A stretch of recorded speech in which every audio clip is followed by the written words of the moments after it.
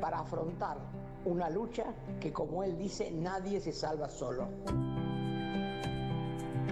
Eve de Bonafini, siempre viva en nuestros corazones. AM530, la radio de las Madres de Plaza de Mayo.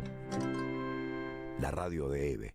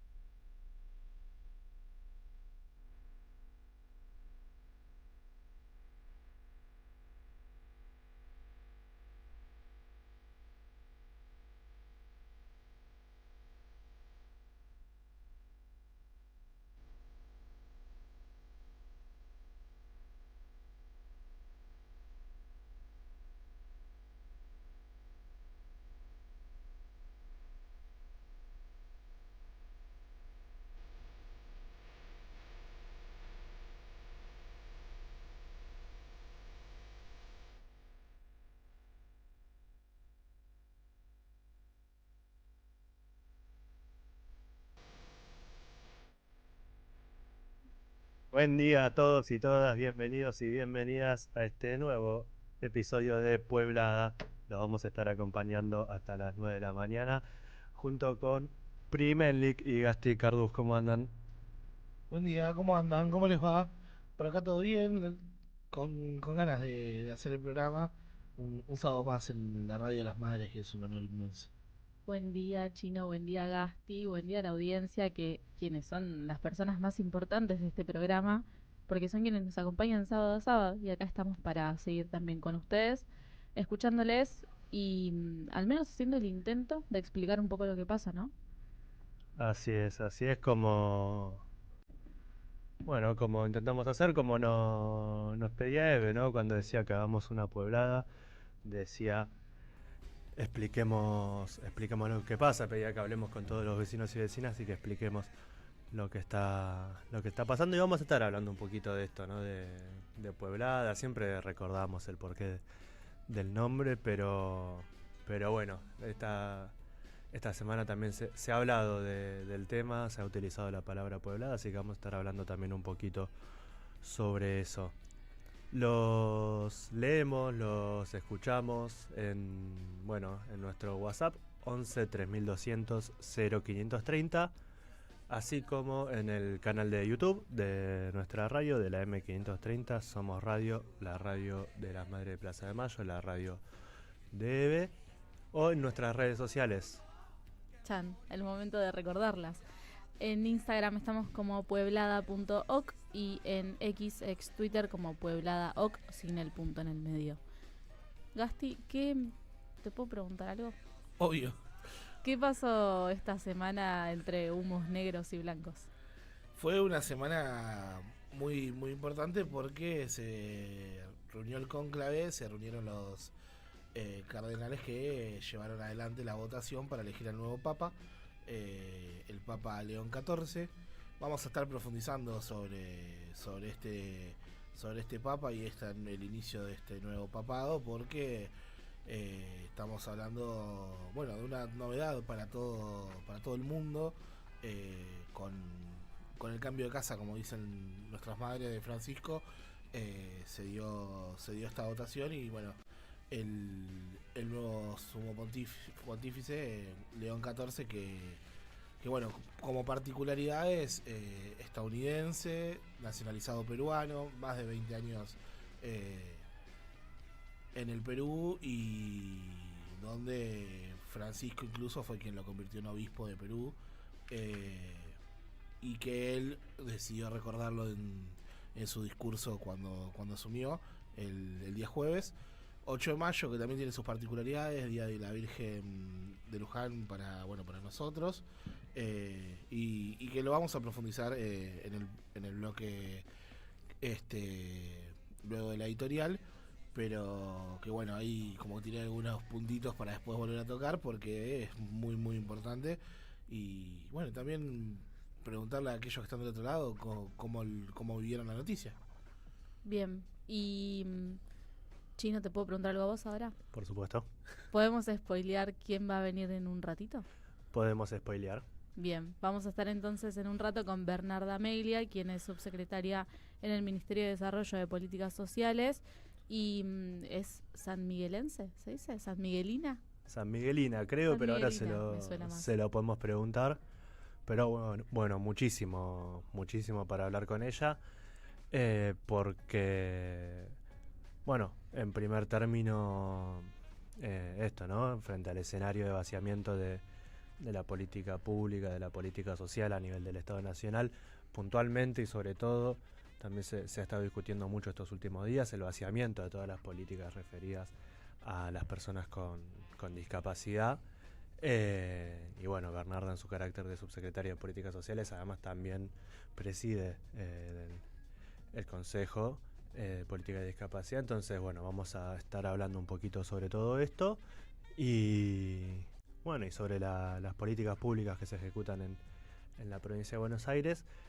Tarea nada menor, no solo porque es una provincia muy grande, no solo porque es una provincia con muchísima gente y por ende con muchísima gente en situación de vulnerabilidad, sino porque este contexto que nos toca vivir, este contexto nacional, hace que la tarea atraviese una doble dificultad. Por un lado, absolutamente desfinanciada y vaciada de los recursos nacionales, y por otro, además, con una situación social que se agrava día a día por el contexto económico del que venimos hablando y del que vamos a seguir hablando hoy, y que hace que mucha más gente necesite de políticas sociales para poder llevar el día a día, pero que además no cuenta con el acompañamiento del Estado Nacional. Entonces toda esa demanda recae en los estados provinciales y municipales, que a su vez son, como decíamos recién, desfinanciados por las políticas de ajuste, que Milei se jacta, y esto con mucha pompa dice que es una política de ajuste hacia los gobernadores, hacia los intendentes, hacia la casta, pero en definitiva es un ajuste hacia la gente, porque esos recursos, esas políticas sociales, no son para un gobernador, no son para un intendente, son para los pueblos a los que representan. Mucha tela para cortar hoy. Mucha, pero antes de eso, no sé si tienen planes para esta noche de sábado 10 de mayo, pero si no, y si tienen planes también y lo pueden postergar porque esto recontra vale la pena, en el ECUNI se hace, como todos los meses, la Peña de los Abrazos, y van a estar desde las 18:30 del día de hoy, primero cantando y escuchando unos tangos en compañía, a Tangos en Compañía, que presenta Siempre Mercedes, un espectáculo homenaje a la Negra Sosa. Y tras este evento, tras este concierto, comienza a las 19:30, como todos los meses, la Peña de los Abrazos, en el ECUNI, en el espacio cultural Nuestros Hijos, en el Centro Cultural de la Madre de Plaza de Mayo, que decidieron transformar ese espacio donde había habido tanto dolor y sufrimiento en un lugar de expresión cultural, de expresión artística, de alegría. Así que bueno, desde las 18:30 y después la Peña de los Abrazos con Florencia Dávalo y Trío Argento, más con Agalludos, va a estar Sembrando Legüeros y un montón de actividades también que son parte de la propuesta cultural del ECUNI. La entrada, como siempre, es libre, con una contribución a voluntad, que por supuesto no es excluyente, y bueno, y no se suspende por lluvia. Hermoso. Planazo. Pero bueno, así que lo vamos a volver a decir al final, lo vamos a volver a recordar, pero bueno, nunca está de más difundir la agenda de nuestro espacio cultural Nuestros Hijos. ¿Y arrancamos? Arrancamos. Pueblada. Expliquemos lo que pasa.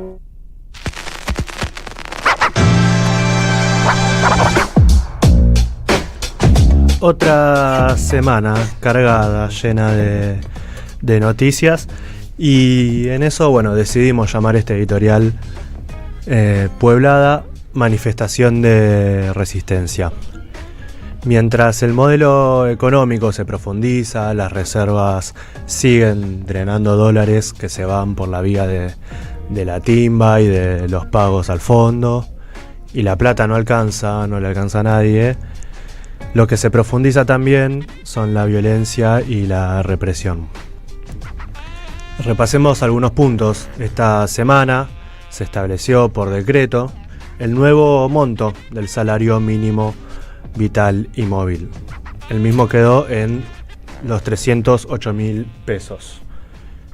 Las centrales obreras pedían el doble de ese monto, y frente a la falta de acuerdo, el gobierno nacional decidió unilateralmente fijar el monto en esta cifra, en los 308.000 pesos.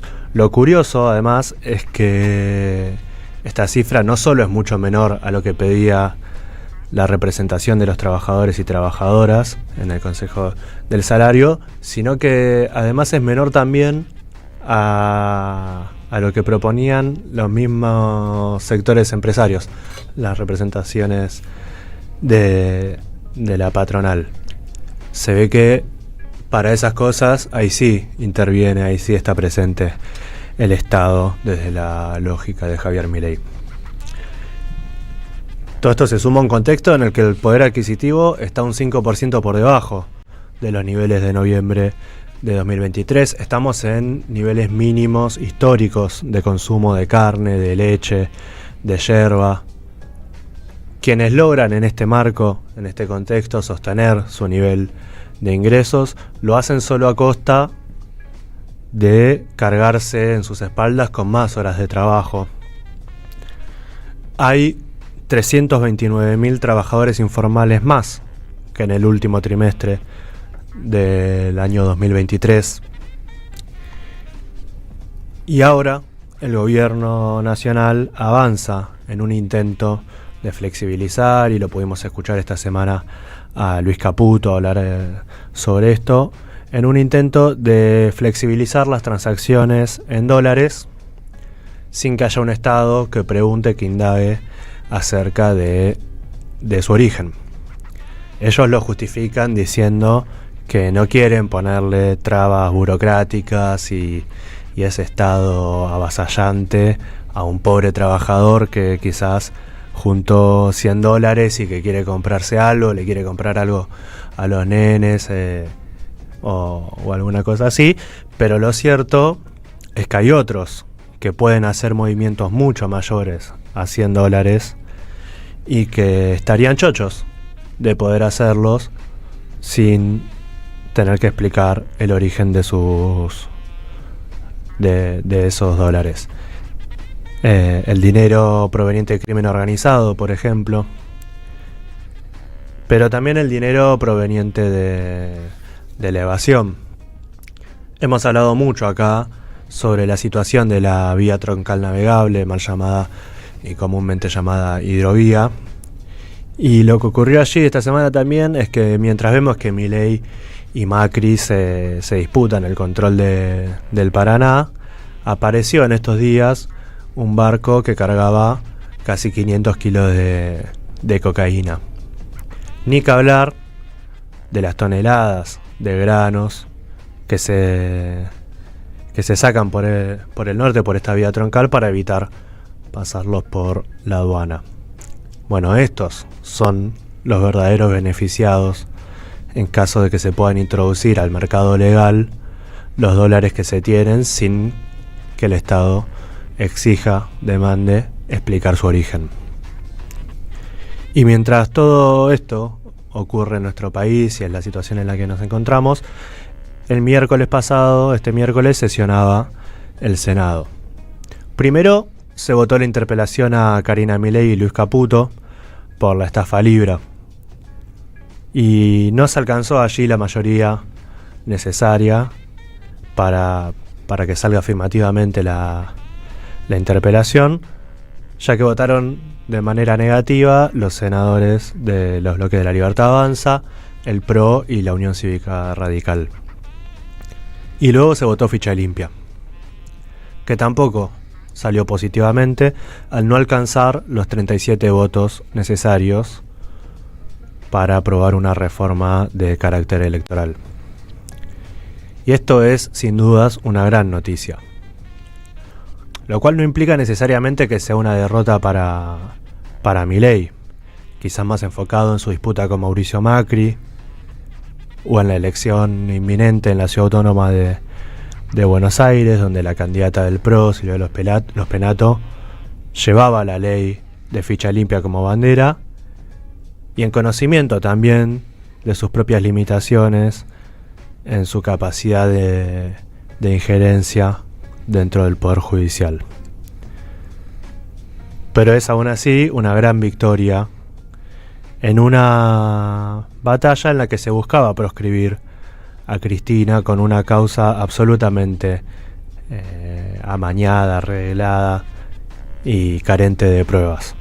Así lo explicaba, y vamos a escuchar el audio, Axel Kicillof, esa misma mañana antes de que se vote. Los casos de corrupción que les están estallando los tapan, pero están con la obsesión de ficha limpia. ¿Qué opinión tenés sobre esto, Axel? No, una vergüenza y gravísimo también para la democracia argentina que bueno, con una justicia, un poder judicial que tiene sectores que actúan como partido político en vinculación con líneas políticas. Vos fíjate que las causas contra Cristina, cuando uno las revisa, iban todas a parar en un teórico sorteo al juez Bonadío, históricamente, y después llegaban a fallos que son absolutamente infundados en la ley, en la prueba, no tienen prueba y van contra la ley. Y ahora lo que quieren es utilizar esos fallos que lograron a través de la manipulación y la presión sobre la justicia para impedir que Cristina pueda presentarse a elecciones. Bueno, la verdad que yo creo que estamos ante un hecho de nuevo de proscripción y de una enorme gravedad, contra lo cual, bueno, obviamente hay que ser muy claro y mostrar el rechazo, el repudio, y ya diría a esta altura el asco que da el manejo que tratan de hacer de causa. Porque ahí escuchábamos a Axel Kicillof esa misma mañana, ese mismo miércoles antes de que se vote, y criticando el proyecto de ficha limpia, que afortunadamente, decíamos, salió negativamente, porque los representantes del pueblo los elige y los tiene que elegir el pueblo, no un juez a quien no votó nadie, no los dueños de un grupo mediático, no los amigos del poder reunidos en lado escondido. El destino del pueblo lo hace el pueblo, y no una corte que cuenta en su haber con la deshonra de haber tomado juramento a García Mansilla inconstitucionalmente y haber intentado incorporar también al juez Ariel Lijo. La misma corte que negó este jueves el reclamo de la defensa de Milagro Sala, confirmando así su condena injusta e infundada. Y queremos aprovechar ahora para recordar algo hermoso que vivimos aquí en Pueblada. Cuando fuimos a visitarla a Milagro, y en el marco de la entrevista que le hicimos, le compartimos en un momento un saludo de Carmen en nombre de todas las madres, que le mandaba fuerza, le mandaba un abrazo, y esto es lo que le respondía Milagro en aquella ocasión. Gracias, Carmen, por el saludo que me mandás, y si estoy resistiendo es por ustedes, por el ejemplo que ustedes nos dieron a nosotros, las madres, cuando buscaban los hijos, cuando encontraban, cuando sufrían, cuando los militares las perseguían, ustedes se le plantaban en la plaza. Todo el ejemplo de ustedes nos sirvió mucho para, no para endurecer, sino para resistir. Bueno, ahí escuchábamos a Milagro devolviéndole el saludo a las madres y también contando lo que significan para ella y cómo son un ejemplo que nos llena y nos infunde fortaleza. Y lo cierto es que este modelo de ajuste, este modelo de distribución regresiva del ingreso, solo cierra silenciando a quienes quieran confrontarlo. Con proscripción, como decíamos recién, o amedrentando periodistas también y amedrentando al pueblo. Como desde hace tantos miércoles, las fuerzas de seguridad volvieron a reprimir en las puertas del Congreso mientras todo esto ocurría adentro, mientras se votaba el asqueroso proyecto de ley de ficha limpia. Fuera del Congreso, los jubilados tenían una nueva jornada de protesta en la que piden ningún lujo ni ninguna cosa desorbitada, sino simplemente un ingreso que les permita superar la línea de indigencia. Recordamos, la jubilación mínima está en los 296.000 pesos. La jubilación mínima de esos mismos jubilados y jubilados, a los que también se les va quitando los medicamentos y van perdiendo sus derechos. Y en esa represión a la que quieren acostumbrarnos y nosotros no podemos permitir que nos acostumbremos, golpearon también al padre Paco, a quien se quisieron llevar detenido hasta que se dieron cuenta quién era, que era un cura. Y vale recordar en ese marco, en esta misma semana en la que asumió León XIV y lo hizo reivindicando a su predecesor, como decíamos recién, y ahora en el próximo bloque vamos a profundizar un poco acerca de esta cuestión. Pero vale recordar las palabras de Francisco que vamos a escuchar también acerca de este tema, del reclamo de los jubilados y de la respuesta del gobierno. Me hicieron una represión, un filmado de una represión, hace una semana, un poco menos quizás. Obreros, gente que pedía por sus derechos en la calle, y la policía la rechazaba con una cosa que es lo más caro que hay, ese gas pimienta de primera calidad, que no tenían derecho a reclamar lo suyo, porque eran revoltosos, comunistas. No. Y el gobierno se puso firme. En vez de pagar justicia social, pagó el gas pimienta. Le convenía. Y decíamos también que este modelo solo cierra con proscripción, como vimos, reprimiendo al pueblo y también amedrentando periodistas. Lo vemos cuando a la menor crítica que se le haga a este gobierno nacional se desata de forma casi automática un ataque coordinado que incluye hasta el mismo presidente y todo su círculo de allegados.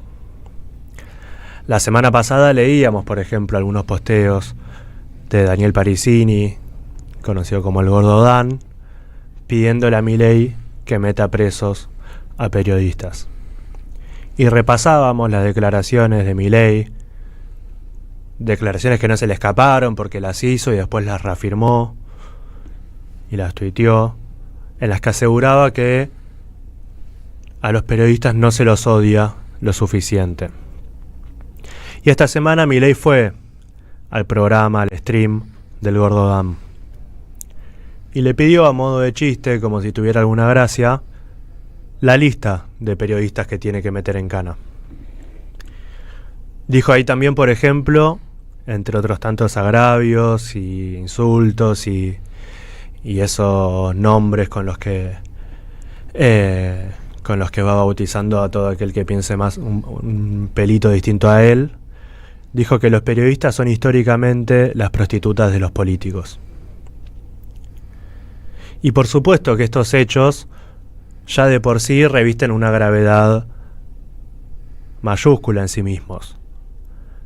Pero mucho mayor esta gravedad si se lo suman, por ejemplo, al acto intimidatorio de Santiago Caputo la semana anterior para con el reportero gráfico el fotógrafo de Tiempo Argentino. En el mismo día de ayer, además, Javier Milei presentó una denuncia por calumnias e injurias contra Pagni, Viviana Canosa y Ariel Ijalad. La de Ariel Ijalad en particular es muy llamativa porque la denuncia es por una nota publicada en el Destape bajo el título Milei entre el odio a la información y el discurso nazi, en la que explica, dicho sea de paso, además mucho mejor que el intento que estamos humildemente haciendo acá, qué hay detrás de estos discursos de odio hacia los periodistas impulsados desde el gobierno nacional. Y lo compara con fundamentos, además, documentado, yendo a archivo histórico y comparando las estrategias comunicacionales y discursivas con el nazismo. Y bueno, y por esa razón Javier Milei decidió demandarlos por calumnias e injurias. Se ve que al presidente no le gustará que se digan estas cosas, pero lo cierto es que, bueno, que tiene 4 patas, mueve la cola y ladra. Y mayor gravedad tiene todo esto, todo este escenario aún, si recordamos que estamos en el país de José Luis Cabezas y en el país de Pablo Grillo. Aprovechamos para celebrar que esta semana Pablo, que por milagro sigue con nosotros y se está recuperando, pero esta semana volvió a caminar. Y vamos a recordar también las palabras que dijo su padre en la Marcha de las Madres, no del último jueves, sino del anterior, en las que nos decía que prontito ya va a estar de vuelta con nosotros. En un ratito entro a terapia a saludar a Pablo y les voy a llevar el saludo de todos y les digo que pronto va a estar acá con ustedes. Sí, pronto va a estar acá con ustedes. Y sí.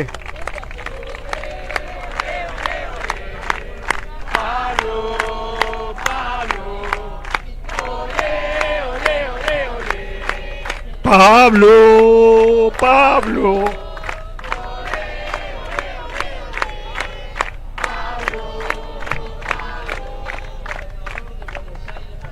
Y no, y ahora que se haga justicia, que sea el tiempo que sea, ojalá que sea pronto, ojalá que sea lo más rápido. Pero las madres nos enseñaron. La mejor enseñanza que tuvimos son estas preciosas maestras, con su paciencia, lograron lo que lograron y bueno, nos espera un camino largo en la justicia y la vamos a llevar. Gracias, muchas gracias. Y mientras celebramos la mejoría de Pablo y volvemos a escuchar emocionados las palabras de su padre, queremos sumar una cosa más. En la causa, por lo que podría haber sido el asesinato de Pablo Grillo, esta semana Gendarmería envió distintos documentos pedidos por el juzgado.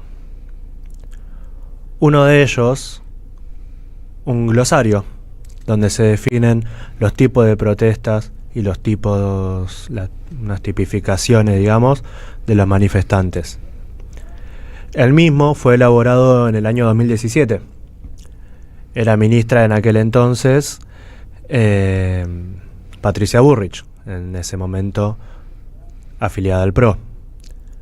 Al igual que lo es hoy, ahora afiliada a La Libertad Avanza.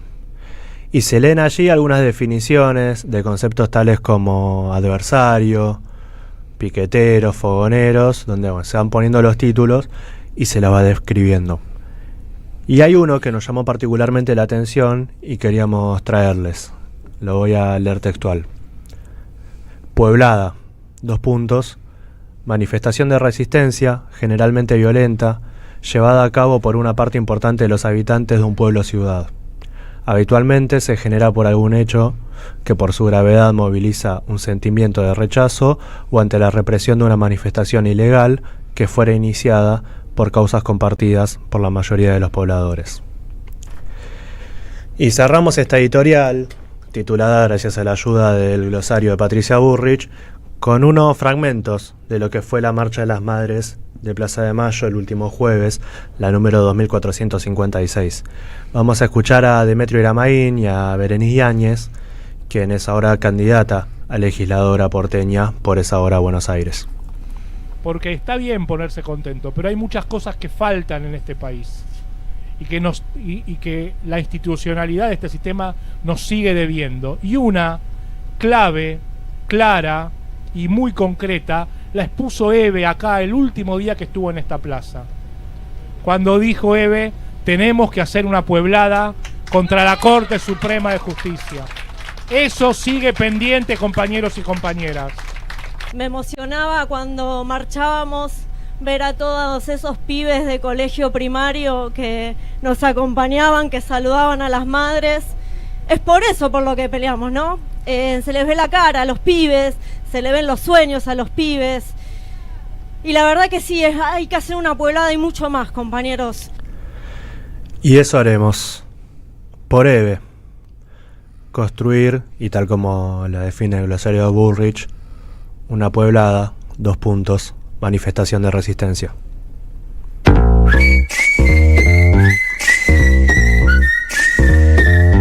Pueblada.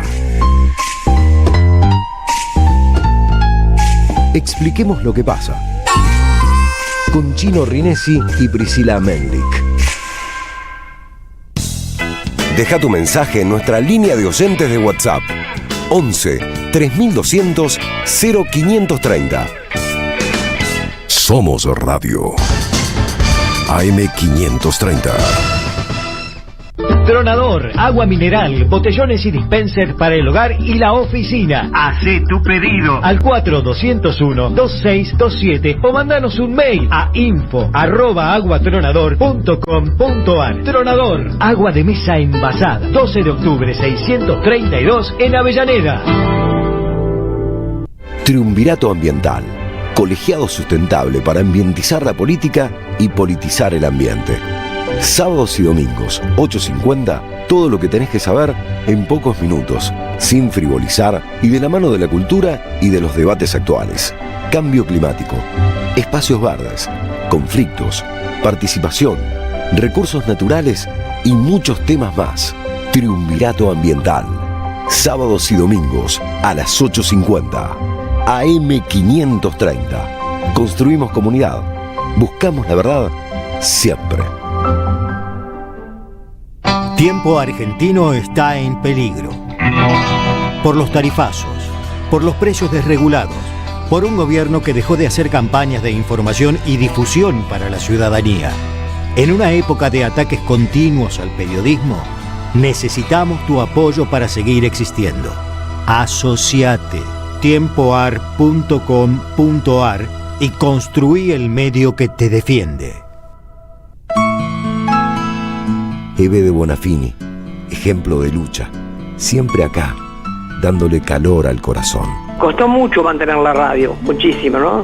Hubo mucho tiempo de mala onda, de pandemia, de que me la querían quitar, de todo, bueno, pero a capa y espada la defendimos y mira, ahora está ocupando un lugar importante porque ha mejorado muchísimo la radio. AM530, somos radio, somos Eve.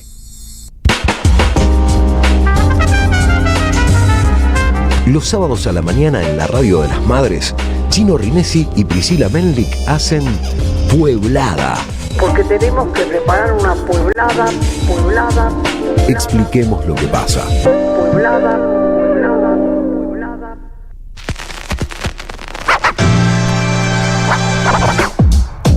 7:34 y volvemos acá con este segundo bloque de Pueblada y bueno, y vamos a estar hablando, lo anunciábamos un poquito sobre todos los eventos de esta semana alrededor del nuevo papado que comienza de León XIV.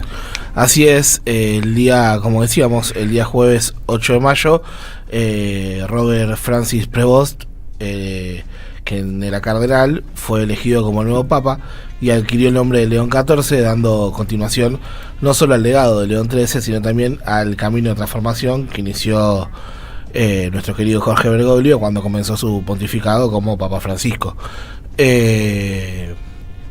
Bueno, hay muchas cosas para hablar en cuanto a León XIII, a León XIV y su relación con Francisco, pero también a quien antes de convertirse en papa era cardenal, y que nada más y nada menos es Robert Prevost, que nació en Chicago, como para profundizar un poco en su identidad.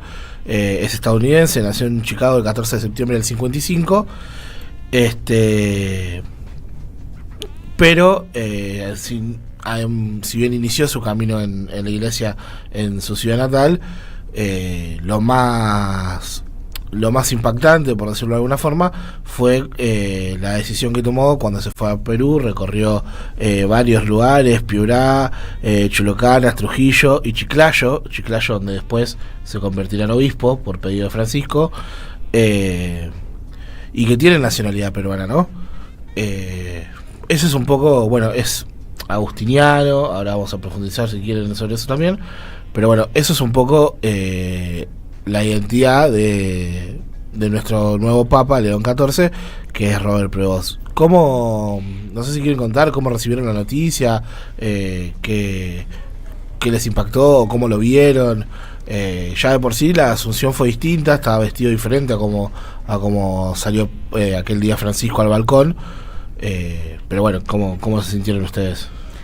Yo estaba yendo a la facultad, entonces estaba viendo todo como medio de a pedacitos, y estábamos con mi mamá viendo juntas el Vatican News desde el celular, y estábamos medio como locas, tipo, ya hay papa, pero ¿quién es? Que digan quién es. Y cuando salió, generó como una sensación de ¿quién era este de todos los que podían ser posibles papas en el cónclave? Y el simple hecho de saber que Francisco ya lo había nombrado como obispo, como cardenal, que empezar a conocer un poquito más la historia, generó un poco de emoción, porque en un principio, cuando dijeron el papa es uno que es estadounidense, yo dije, ¿qué?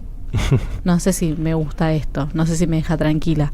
Pero bueno, después, indagando, viendo que en definitiva no es un estadounidense promedio cualquiera, como podría ser cualquier otro que Trump sí hubiera bancado, no como en este caso, fue también un respiro, digamos, ¿no? De sentir que se iba a seguir con ese legado. Yo estaba en la casa de las madres. Estaba almorzando, creo, antes de ir a la marcha, y eso, estábamos ahí con los compañeros de la casa. Aprovechamos, le mandamos un saludo, que un par escuchan, creo que en diferido porque es muy temprano, así que no van a responder el saludo ahora, pero bueno, lo escucharán más tarde.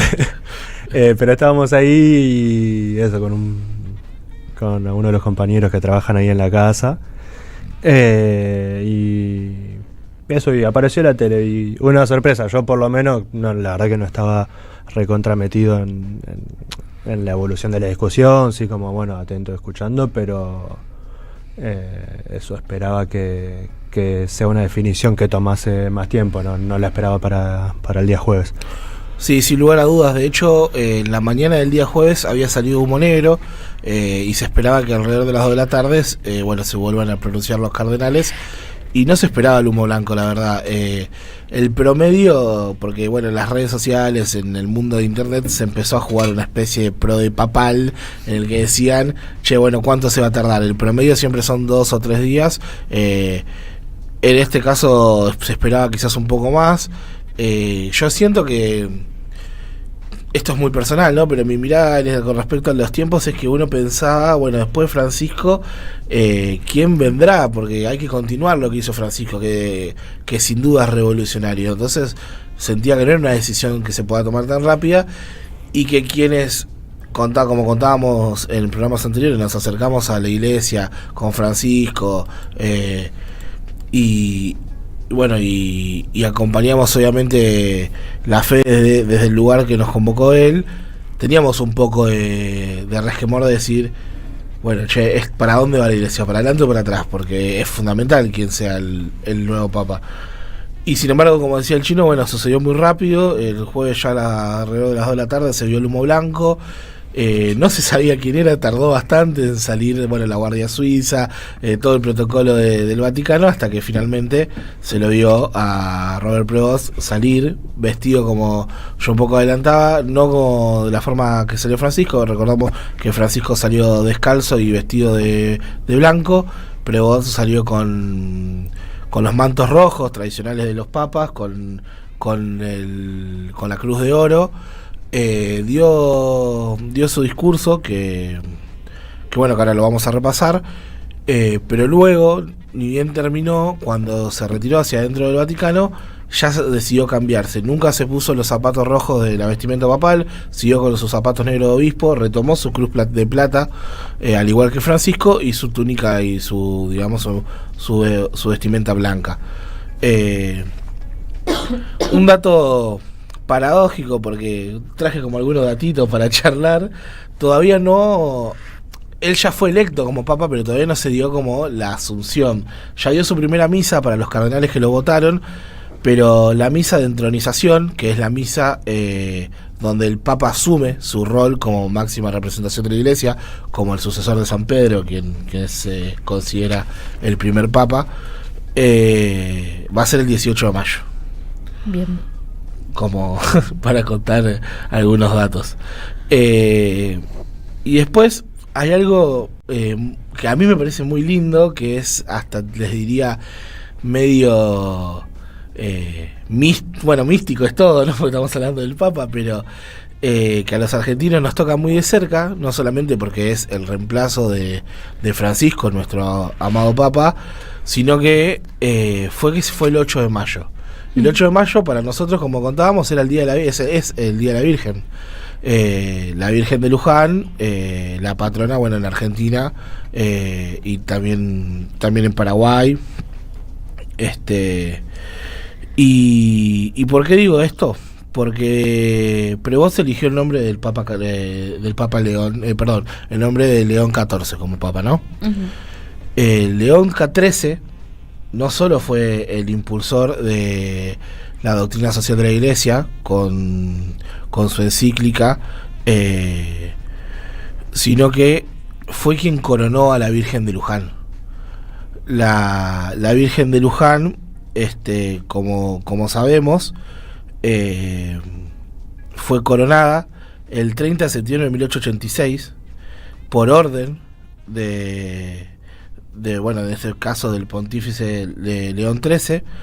Le pidió al arzobispo León Federico Aneiros que la corone. Entonces la Virgen, esa figura que nosotros vemos de María vestida de azul con su corona, no contaba con la corona hasta el 8 de mayo de 1887, donde ante 40.000 personas el arzobispo de Buenos Aires la coronó por pedido del Papa. No quiero pecar de cliché, pero ¿vieron esa frase de los tiempos de Dios son perfectos?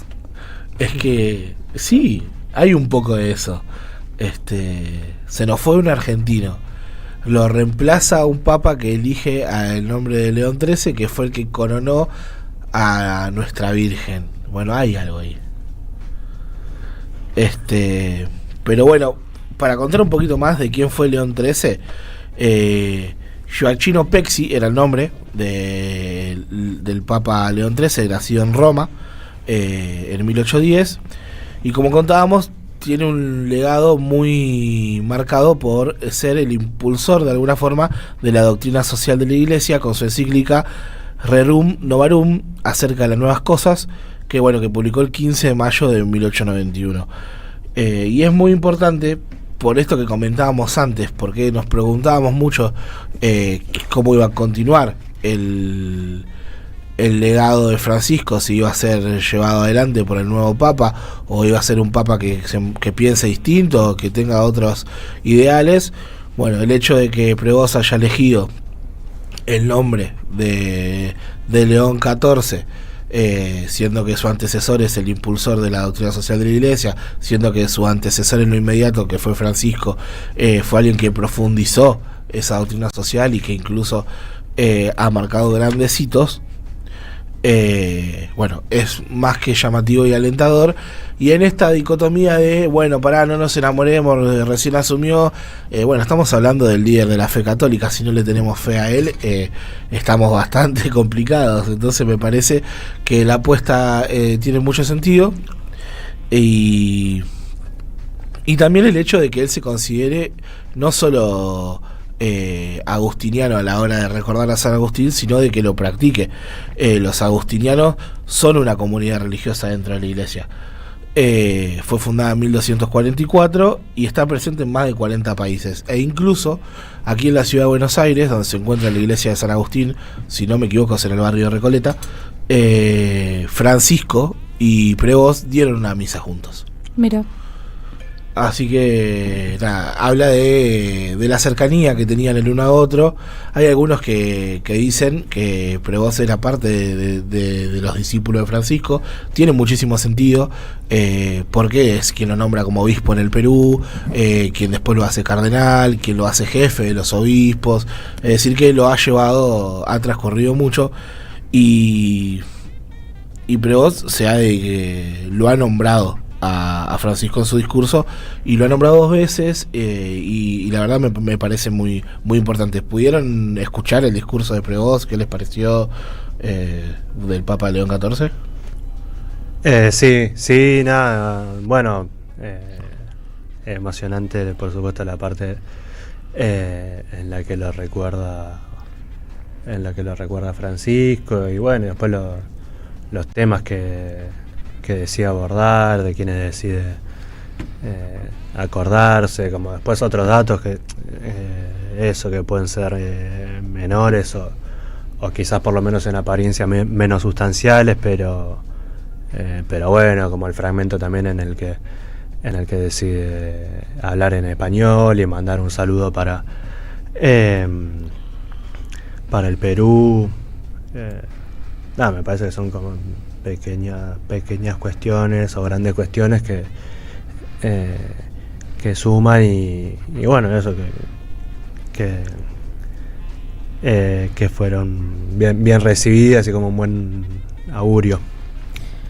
Me parece que además de que el discurso en sí es muy emotivo y muy emocionante, en esto que venimos hablando hay una carga simbólica muy importante respecto a todas las acciones que tuvieran o tengan los sumos pontífices, y que sea el primero agustiniano de una orden que decide vivir en comunidad, que decide el voto de pobreza. Me parece que eso también es algo que nos va a dar mucho para pensar y también para reflexionar a lo largo del tiempo. Ya estábamos hablando afuera del aire de que ya habló León de que iba a vivir en comunidad también dentro del Vaticano, ¿no? Sí, es muy importante para mí lo simbólico, y también, obviamente, ¿no? Cuando estamos hablando de un líder y de una persona tan importante en el mundo, lo discursivo, porque hay ideas que se plasman y se plantean muy fuertes en este tema. Por ejemplo, la idea de tender puentes, ¿no? La idea de unir, la idea de agrandar la iglesia, de, bueno, como decía Francisco, de hacerla cada vez más grande, que no sea una ONG, de que sea una iglesia con empatía, de que, bueno, en la famosa hagan lío. Y Prevost habla de esto. Él dice, por ejemplo, en su discurso inaugural: ayúdense también ustedes, los unos a los otros, a construir puentes con el diálogo, con el encuentro, uniéndonos todos para ser un solo pueblo, siempre en paz. Gracias al Papa Francisco, eso me parece, yo cuando lo escuché fue emocionante. Obviamente uno lo escuchaba en italiano, tardaba un poco más en comprender lo que algunas cosas de lo que estaba diciendo, pero tuvo muy presente el sentido de la paz que Francisco tenía. Francisco conversaba mucho y daba muchas misas para los países que estaban en guerra, para los pueblos que estaban afectados por las guerras, y Prevost parece que también va en esa línea, ¿no? Como decías vos, cuando él no solo se sabe que es agustiniano, sino que lo dice.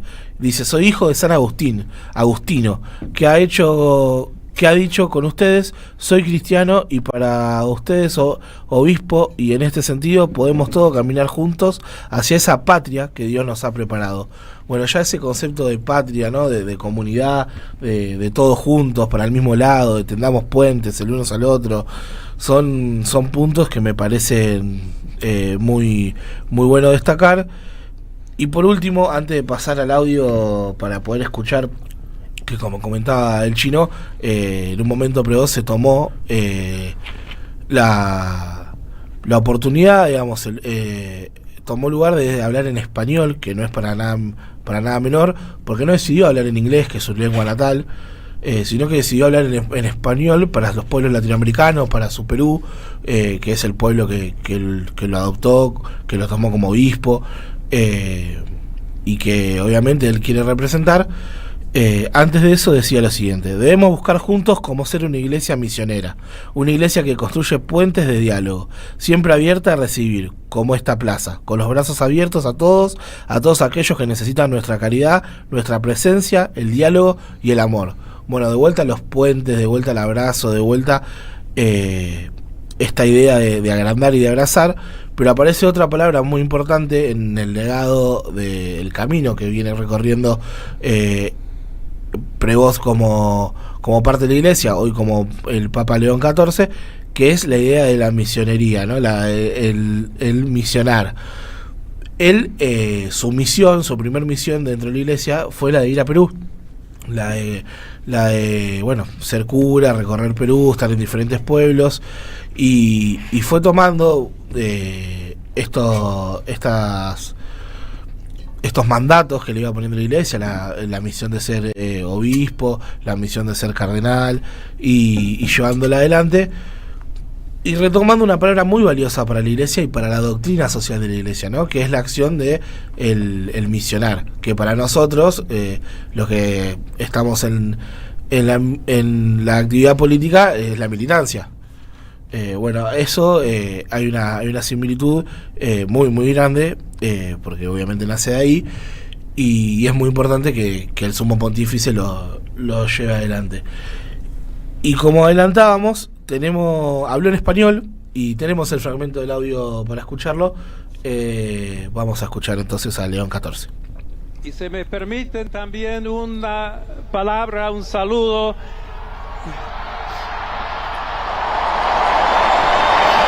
a todos aquellos, y en modo particular a mi querida diócesis de Chiclayo en el Perú.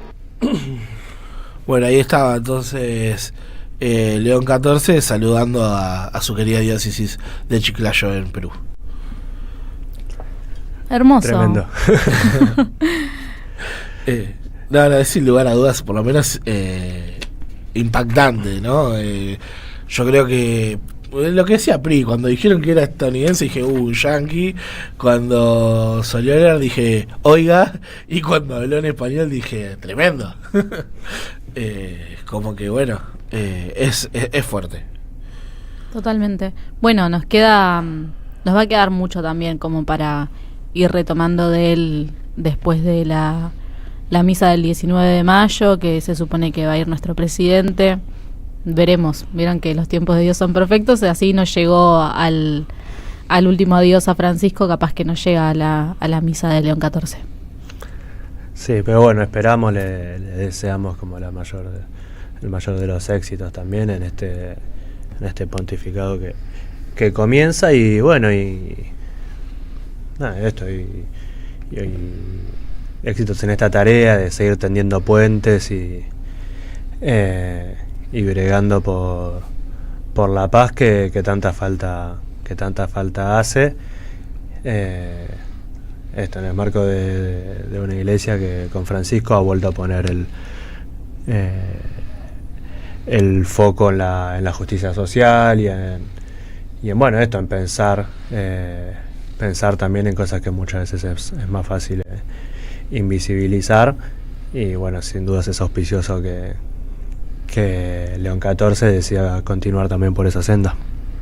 Sí, sin lugar a dudas, por lo menos la primera impresión tiene ese color, es totalmente positivo y nos deja por lo menos 3 puntos sobre su identidad y sobre la identidad que puede llegar a tener este papado, que son totalmente alentadores para quienes concebimos la fe católica, pero sobre todo el compromiso y la doctrina social de nuestra fe, que son nada más y nada menos que ser el sucesor a León XIII, que ser el sucesor y allegado al Papa Francisco, y que obviamente ser agustiniano son conceptos no menores y del todo alentadores para este nuevo papado. Así es. Bueno, Gasti, la verdad, no quería manchar como hermosa... Nada, esto, lo que trajiste para reflexionar, que no lo quería manchar también con intervenciones del estilo, vieron la pavada que hizo Milei, pero bueno, ahora concluido esto, ¿no? Como también Milei que... esto, que el mismo día... Esto en el que el Papa define como y elige su nombre, León XIV, también Milei saliendo con una imagen de estas que hace creando con inteligencia artificial del león que lo caracteriza en sus redes sociales, y en el mismo, la verdad que no estoy seguro si fue en el mismo se me fue el nombre, en el mismo stream del Gordo Dan, en el que estuvo 6 horas además, o en otro lado donde también hasta se toma el atrevimiento de decir que la gestión de Francisco en el Vaticano había sido mileísta, una apropiación de una figura, de una persona que, como escuchábamos en el audio que pasábamos hace un rato nomás de Francisco criticando que el gobierno argentino haya elegido invertir en gas pimienta en lugar de hacerlo en justicia social, donde claramente no había puntos de acuerdo y deseaba que este gobierno tome otro camino, pero bueno, también esos gestos desagradables que son la parte vacía del vaso, ¿no? También como ha recibido muchos saludos por parte de otros dirigentes políticos que también le desean mucho éxito en esta nueva etapa. Sí, obvio, y más que un papa mileísta me interesaría tener un presidente franciscano, si queremos, porque la verdad que la figura de Francisco fue fundamental para todos estos cambios de la iglesia y para la elección de León XIV. No quería cerrar este bloque sin comentarles que más de los 138, o sea, son 138 cardenales los que podían votar, tienen que ser menores de 80 años, hay algunos requisitos, de los cuales, si no me equivoco, participaron de la elección 123, algunos se retiraron. El 80% los nombró Francisco, porque el Papa tiene la potestad de nombrar a los cardenales, y el 80% de esos 138 son de la renovación que impulsó Francisco en todo el mundo. Son 114 europeos, el resto divididos en los demás continentes, y eso habla, bueno, de la diversidad que se está dando en la iglesia, y de, como decía Francisco, una iglesia grande que nos incluya a todos y todas.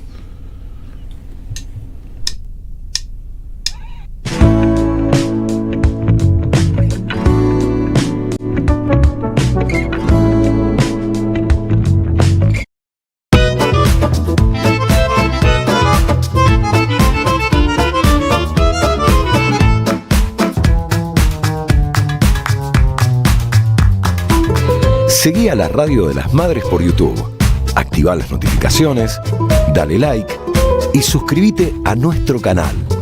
Somos Radio AM530. Construimos comunidad. Buscamos la verdad siempre.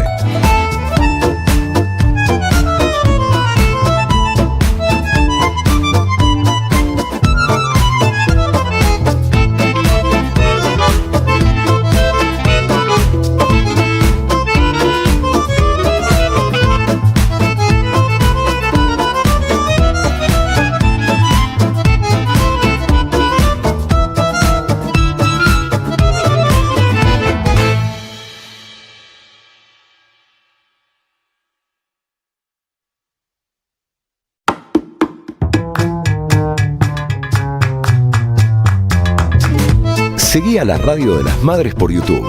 Activá las notificaciones, dale like y suscríbete a nuestro canal. Somos Radio AM530. Construimos comunidad. Buscamos la verdad siempre.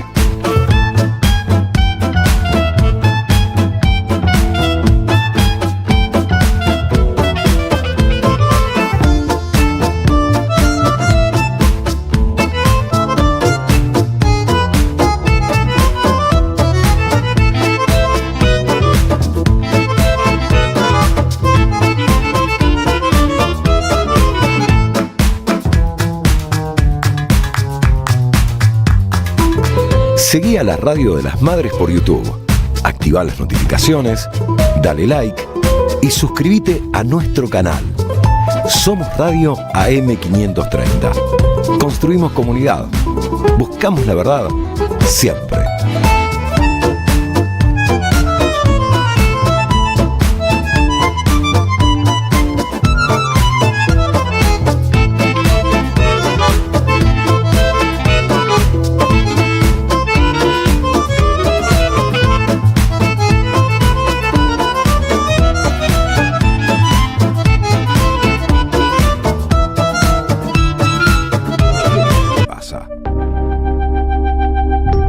AM530. Construimos comunidad.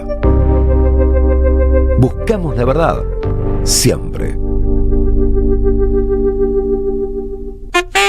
AM530. Somos Radio.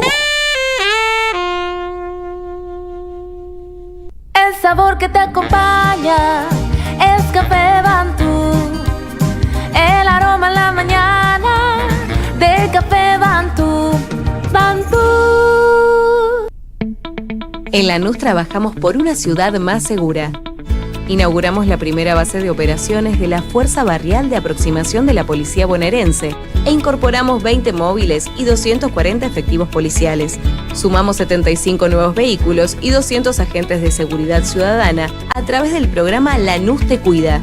Además, continuamos con el programa de formación y capacitación permanente para nuestros agentes locales. La ciudad que nos merecemos es una Lanús segura. Lanús Gobierno. La realidad puede verse con un micrófono. Los sábados a las 9, AM530 convoca a una mañana sin diarios. Amado Vudú, Artemio López, Natalia Salvo, Rinconet y Nagus arrancan el fin de semana sin marearse con las portadas de papel. Sin diarios, en AM530. Somos Radio. Buscamos la verdad siempre. Tronador, agua mineral, botellones y dispensers para el hogar y la oficina. Hacé tu pedido al 4201-2627 o mandanos un mail a info@aguatronador.com.ar. Tronador, agua de mesa envasada. 12 de octubre 632 en Avellaneda. Cuenta DNI es el mejor amigo del bonaerense. Porque podés pagar tus servicios. Porque tenés beneficios en comercios adheridos. Y también podés transferir plata a quien quieras. Cuenta DNI. ¿Por qué tantos guaus? Ah, claro. Porque todo lo que tienes es bien guau, ¿no? No entiendo nada de lo que dices, Cuenta DNI, pero estoy totalmente de acuerdo. Cuenta DNI, el mejor amigo del bonaerense. AM530 Somos Radio. Buscamos la verdad siempre, siempre. Pueblada, en la Radio de las Madres. AM530. Construimos comunidad. Buscamos la verdad siempre.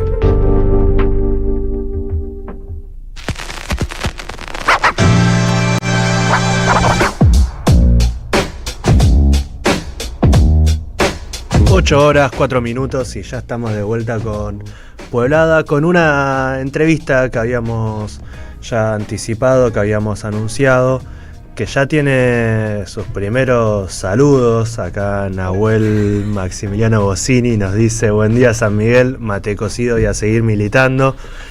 Y vamos a hablar en este contexto, un poco adelantábamos recién, en el que bueno está siendo tan atacada donde hay un ajuste tan grande en el área de discapacidad en el Estado nacional, y bajo la presunción de irregularidades o la denuncia de supuestas irregularidades en el sistema de pensiones y la entrega de certificados, la Agencia Nacional de Discapacidad, la ANDIS, busca eliminar 400.000 pensiones. Todo esto se suma a un contexto general de vaciamiento de la política social en general en el Estado nacional, y como decíamos recién, una demanda que no desaparece, sino que se concentra en los gobiernos provinciales y municipales. Y para hablar de ello y para quitarnos la duda de si es sanmiguelino o sanmiguelense y muchas otras cosas más, está acá ya con nosotros Bernarda Meglia. Ella es subsecretaria de Políticas Sociales en el Ministerio de Desarrollo de la Comunidad de la Provincia de Buenos Aires. Ber, buen día, ¿cómo andás? Buenas, bien, todo bien, gracias por la invitación. Y para mí es sanmiguelino. Sanmiguelina. Bien. Pero en realidad hay que chequear. Sanmiguelina como el gordo Dan, así que para el próximo bloque, si nos sale un ratito también vamos a preguntar. Arrancamos así. Hay sanmiguelinos y sanmiguelinas. Claro, por favor. Pero bueno, veníamos hablando un poco de toda esta cuestión del ajuste en las políticas sociales en general que venimos denunciando, y en particular con discapacidad, que también volvió a tomar centralidad a partir del proyecto presentado en el Congreso Nacional de Emergencia Nacional en Discapacidad. Bueno, arrancar por preguntarte sobre eso. Bueno, ahí hay algo que se viene haciendo bastante grave desde el gobierno nacional, entre otras cuestiones, que es que ya ellos lo que primero hicieron fue pasar a la ANDIS al ámbito del Ministerio de Salud. Entonces, ya desde lo que eso implica volver a pensar la discapacidad desde un modelo médico hegemónico, ¿no? Como un problema de salud, cuando en realidad lo que venía primando es el modelo social de la discapacidad, pensarlo como un modelo social, del que nos tenemos que hacer cargo todos, y no una problemática de salud. Entonces, esa ya fue tal vez la primer señal que, de hecho, las organizaciones que vienen laburando esto y defendiendo los derechos de las personas con discapacidad alertaron como, paren, si lo están pasando al ámbito de la salud a la ANDIS, tiene un significado fuerte. Bueno, ese fue como el primer paso. Después de ese primer paso que se dio, vino esto de empezar a auditar las pensiones. Y cuando ellos empiezan a auditar las pensiones, en realidad, sí, agarraron la excusa de, no sé si se acuerdan de Adorni con la radiografía de la cola del perro, que ese fue como el inicio de todo para empezar a justificar lo que iban a hacer. Radiografía que encima después se comprobó que efectivamente una persona había presentado, que los médicos habían auditado y rechazado. O sea, nunca existió una pensión que alguien dio de alta a raíz de esa radiografía. Claro. Pero esa parte nunca nos enteramos. Y desde ahí ellos ya empezaron a avanzar en este proceso de auditorías. Para eso lo que hacen es presentar un decreto. Esto lo hace Diego Spagnuolo, que es el titular de la ANDIS actualmente, que era como un abogado tuitero muy amigo, así conocido de Milei, y arranca ahí, no tiene ninguna experiencia previa o laburo en esta temática en particular de la discapacidad. Sacan un decreto a través del cual establecen, por ejemplo, que para poder cobrar esa pensión por discapacidad, vos tenés que estar incapacitado laboralmente. Tenés que tener un mínimo de un 66% de incapacidad laboral para poder cobrar la pensión. Y además no podés convivir con nadie que pueda solventar los gastos de manutención. O sea, un pibe que vive con sus viejos, si tiene discapacidad, no puede cobrar la pensión si sus papás pueden llegar, a fin de mes. Claro. Cuando en realidad la pensión está pensada desde el modelo al cual, el modelo social de la discapacidad, que tiene que ver además con la Convención por los Derechos de las Personas con Discapacidad, a la cual nuestro país adhirió. Esa pensión está pensada no como una ayuda, es un derecho de las personas con discapacidad que les permite, pueden trabajar, pero esto les permite igualar o tratar de equiparar un poco las condiciones, porque en general no acceden a los mismos laburos, no tienen los mismos derechos. Bueno, la pensión buscaba achicar esa brecha. Al volver a esta idea de incapacidad laboral, deja fuera a un montón de gente que no estaría en condiciones. Y además, para establecer ese 66%, ellos armaron un nuevo baremo, ¿no? Como que es el sistema, para poder evaluar los distintos grados de incapacidad, y ahí establecieron y usan algunas caracterizaciones como idiota, imbécil. Vieron que había sido noticia el año pasado, que había salido incluso después de eso, porque todo el mundo salió a repudiarlo, porque ya era algo que nadie podía hacerse boludo, digamos, lo que estaba pasando. Salieron a decir, bueno, no, sí, como a pedir disculpas, pero no lo cambiaron. Y sigue figurando así. Entonces sigue siendo una categoría posible imbécil, ¿entendés? Digo, es ese nivel de locura. ¿Qué hicieron a raíz de eso? Bueno, empezaron a comunicarle mediante carta documento a las personas que recibían la pensión que se presenten en tal fecha, tal día, con los estudios médicos necesarios para dar cuenta de su discapacidad. Y ahí empiezan las dificultades, digo, porque a mucha gente esa carta documento nunca le llegó. Yo hace 2 días estaba hablando con un compañero justamente sanmiguelino que tiene una discapacidad y que nunca recibió la carta documento, y ahora se entera que se la habían intentado entregar, pero figura como que no la recibió, y él vive en el mismo domicilio de siempre que tiene registrado, sin embargo no le llegó, así que ahora está viendo qué puede hacer presentando reclamos a la ANDIS, pero es probable que ya el mes que viene no pueda cobrar. Si eso es así, eso le está pasando a mucha gente, eso por un lado, y por el otro, los que sí recibieron la carta documento y les figura que se tienen que presentar, en San Miguel, por ejemplo, pasó que convocaron a 300 personas en el mismo horario, en el depósito de una clínica privada, a esperar ahí horas, personas con todo tipo de discapacidad, personas que no, algunas no se pueden movilizar, digo, los convocaron ahí a la misma hora a ver cómo iban pudiendo evaluar a cada uno. Algunos se volvieron a su casa sin haber tenido la evaluación y no saben lo que va a pasar, digo, es un nivel de... Es la misma lógica de abandono, de crueldad del gobierno de Milei en todos los ámbitos. Lo que pasa es que en este ámbito en particular me parece que no lo podemos creer, ¿no? Porque me parece que es haber traspasado todos los límites de lo posible. Y sí, efectivamente, como decías vos, Chino, se calcula poder dar de baja a lo largo del año 400.000 pensiones por el ahorro que le significaría al gobierno nacional, porque ellos lo piensan en ese sentido. No, qué locura, qué insensibilidad. Y bueno, nada, y preguntarte, y alargo para que llegues con el mate, nada, eso, ¿no? Como, bueno, cómo impacta en la provincia y qué se hace desde la provincia también, qué se puede hacer nada, en este contexto tan devastador. Nosotros en la provincia, por suerte, tenemos un ámbito, digamos, en el que venimos trabajando, que es el Consejo Provincial para las Personas con Discapacidad. Ese Consejo Provincial lo que hace es reunir a representantes de todas las áreas del Estado provincial, digamos, representantes de todos los ministerios y organismos, y además a ONGs y asociaciones civiles que vienen laburando con la discapacidad. Lo que se hace en ese consejo es laburar en común las principales problemáticas. Lógicamente la agenda lamentablemente la está poniendo el gobierno nacional porque hay que ir atrás de todo lo que van destruyendo, pero sí lo que está buenísimo es poner en común las herramientas que tiene en este caso cada ministerio o cada organismo para pensar cómo damos respuesta con las dificultades que eso conlleva, porque digo, el gobierno provincial no se puede hacer cargo por el valor que tienen de todas las pensiones que la nación pretende dar de baja, más con la situación de ahogamiento financiero que está ejerciendo el gobierno nacional sobre la provincia.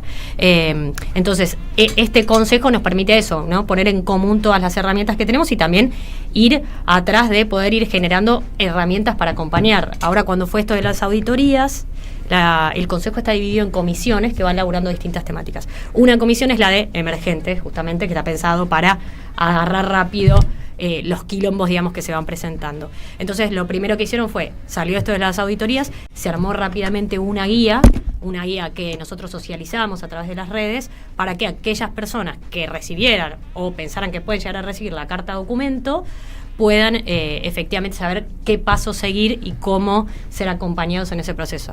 Se armó la guía de manera tal que pueda ser leída por cualquier persona más allá de su discapacidad. Está hecha también en braille, está hecha también en lenguaje sencillo, digo, con todas las posibilidades. ¿Por qué? Porque es una guía que se arma en conjunto con las organizaciones. Que eso, no lo dije antes, pero digo, es un punto muy importante. Cuando sale este decreto el año pasado, el 843, que modifica la manera de asignar pensiones y de evaluar las que ya existen, las organizaciones lo primero que dicen es no participó ninguna persona con discapacidad en ese proceso. Claro.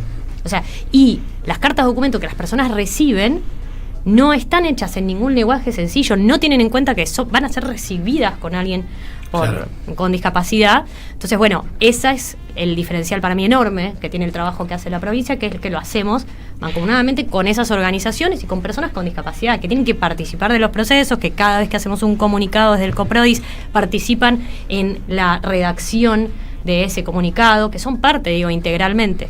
Y sí, lo que tenemos, digamos, como trabajo y como tarea desde ese consejo es también hacernos cargo de que tenemos una deuda gigante, enorme, para con las personas con discapacidad en general, y que tenemos que ser nosotros los garantes de poder transversalizar esa perspectiva en todas las políticas que llevamos adelante. Digo, es algo que todavía nos falta, que hay que elaborarlo mucho, pero que, mira, en la última sesión que tuvimos del COPRODIS se hacían 4 veces al año, más allá de todo el laburo que se hace. Ahora 2 o 3 semanas tuvimos la primera sesión del año y tuvimos una asistencia perfecta, diría yo, porque hubo representantes realmente de todos los ministerios de la provincia de Buenos Aires, de absolutamente todos, y de todos los organismos y de muchas ONGs que antes no habían venido. Nosotros siempre invitamos a todos y empezaron a participar, y está buenísimo porque participan activamente de las comisiones, de lo que se trata, de cómo se piensa. Digo, hay una lucha ahí enorme para llevar adelante. Teníamos ya de por sí mucho para hacer y ahora Milei nos tira encima todo esto, entonces el laburo es triple, pero bueno, hay una voluntad y predisposición que yo creo que tiene que ver también como con un mandato de Axel en general en la provincia de proteger a los bonaerenses, de estar presente. Bueno, eso se plasma directamente en ese consejo. Bueno, primero agradecerte por venir a Pueblada, a la Radio de las Madres. Entiendo que se está trabajando en un proyecto de declaración de emergencia nacional en discapacidad. Sabemos que la provincia acompaña, que a nivel nacional está más complicado, pero preguntarte cómo se está llevando adelante esto y en qué situación está.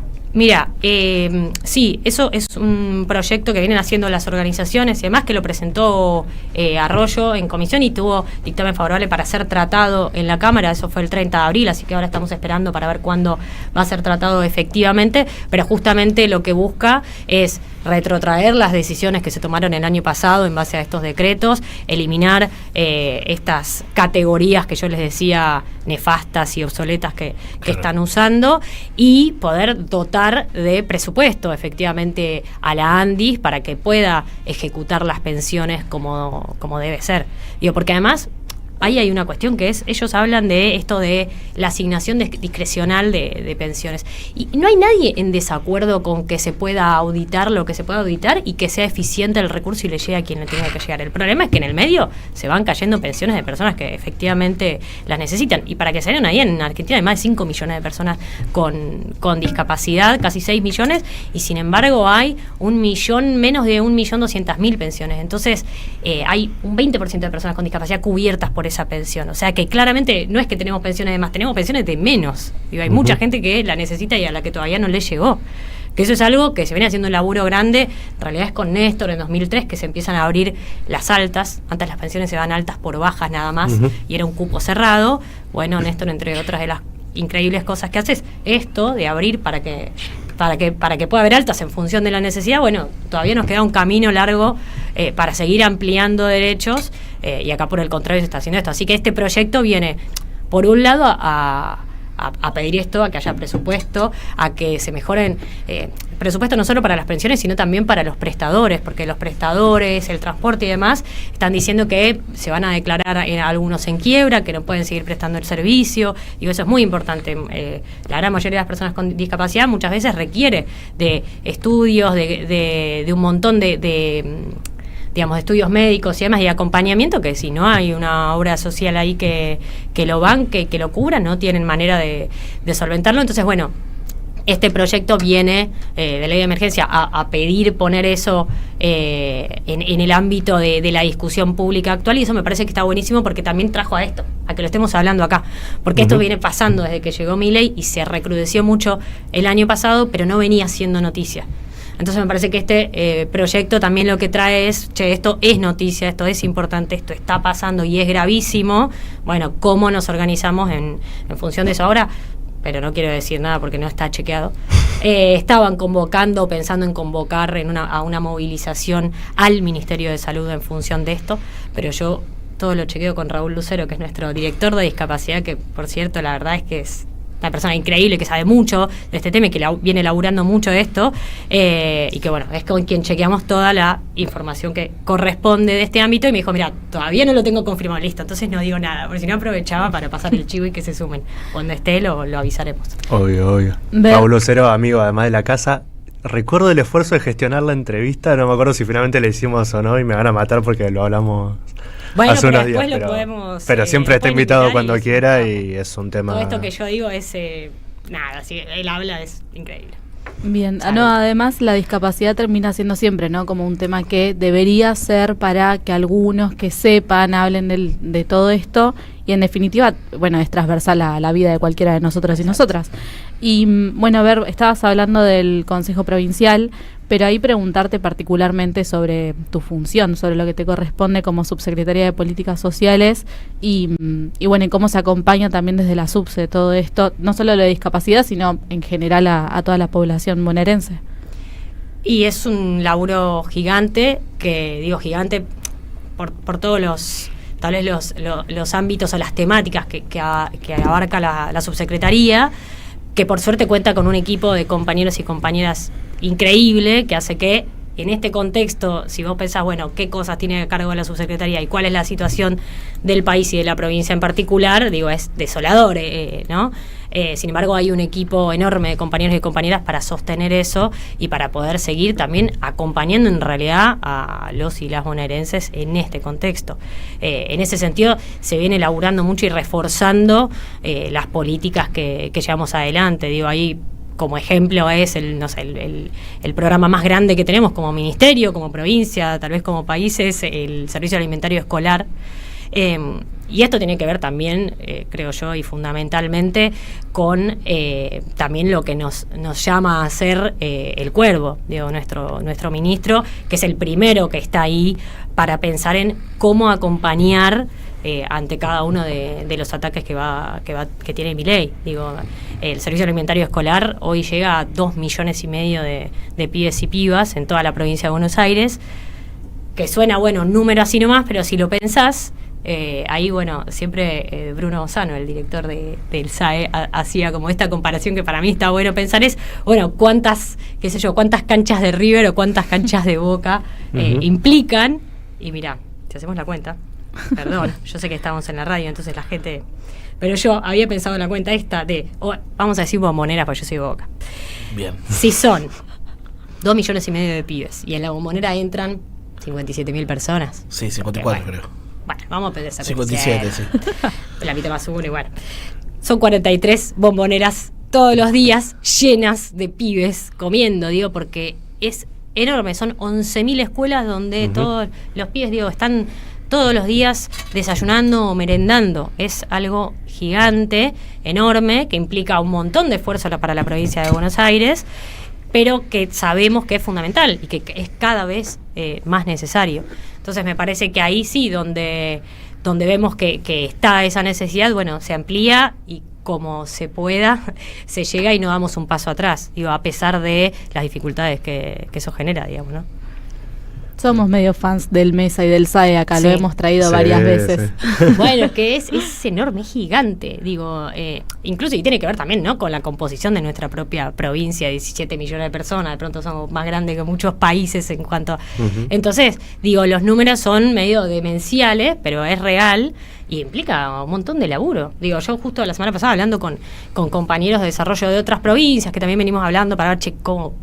Joreca están haciendo ustedes también, cómo compartimos experiencias, qué programas tienen en este sentido, qué otros programas tienen. Yo estoy hablando con la que es como si fuera la subsede de políticas sociales de otra provincia, de La Rioja, estamos hablando, y era como, bueno, tenemos medio las mismas temáticas, bueno, ¿qué hacen ustedes acá? Bueno, nosotros hacemos esto, claro, cuando comparamos números, lógicamente era como decía, no, pero pará, ¿cómo hacen? Bueno, sí, es un quilombo, es un quilombo porque es un montón, pero bueno, hay un equipazo de gente ahí laburando para poder llevarlo adelante, digamos. Bueno, Ver, y te sacamos de la política social propiamente dicha para preguntarte, bueno, por este momento político, en términos más generales, de ajuste también en todo el resto de las áreas, de concentración la riqueza. Venimos hablando, arrancamos el programa hablando también, bueno, de la represión, del endeudamiento, cómo la ves, cómo estamos y, bueno, y la pregunta, la más fácil, cómo salimos de esto. Ah, sí, facilísimas, está bueno.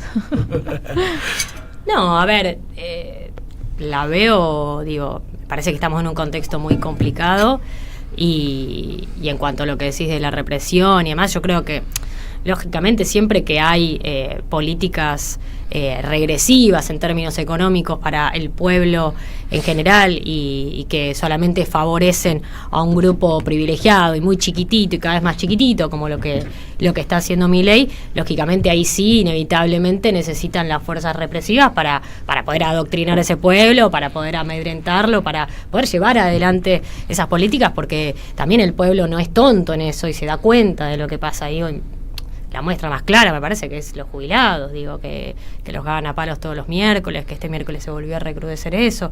Digo, eso son dos cosas, me parece, un poco que van de la mano y que demuestran la mezquindad del gobierno nacional a la hora de gobernar y lógicamente su voluntad de gobernar para un par de poderosos a los que le devolverán favores, a los que les garantizan seguir manteniendo su poder, y todo eso siempre en detrimento del pueblo argentino, del pueblo que gran parte de ese pueblo que votó a este gobierno con la esperanza de algo distinto, de algo mejor. Digo, yo no creo nadie votó a Milei con ganas de que le pise la cabeza al que tiene al lado. Nadie votó a Milei pensando en que su vecino esté peor, que deje de cobrar la pensión por discapacidad, que deje de tener el viejo que vive al lado, que deje de tener la cobertura de medicamentos. Me parece que nadie eligió eso, efectivamente. Uh-huh.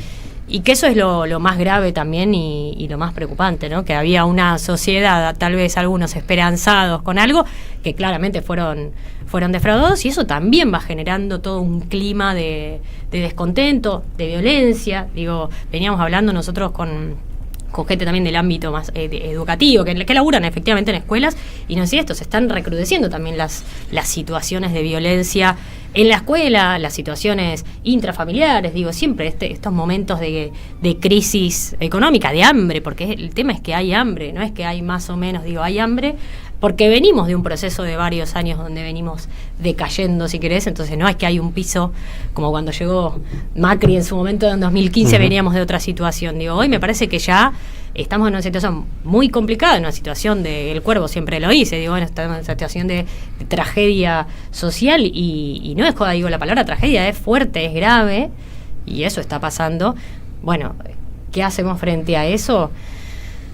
Y me parece que lo mejor que podemos hacer es acompañar, abrazar a ese pueblo y organizarnos. Y no organizarlo, porque me parece que al pueblo no hay que organizarlo, sino que hay que incluirlo y hay que hacerlo parte también, y hacernos parte todos de este proceso de reivindicar nuestros derechos, de defender todo lo que habíamos logrado conquistar, que es un laburo enorme, pero que para mí implica también una amplitud grande que tenemos que tener nosotros, y en ese sentido a mí me parece que el ejemplo que da Axel es el mejor en ese sentido, digo, de abrir y decir, bueno, es con todos adentro, digo, todos los que estén en contra de las políticas de Milei, estamos juntos de este lado, listo, no hay mayores diferencias.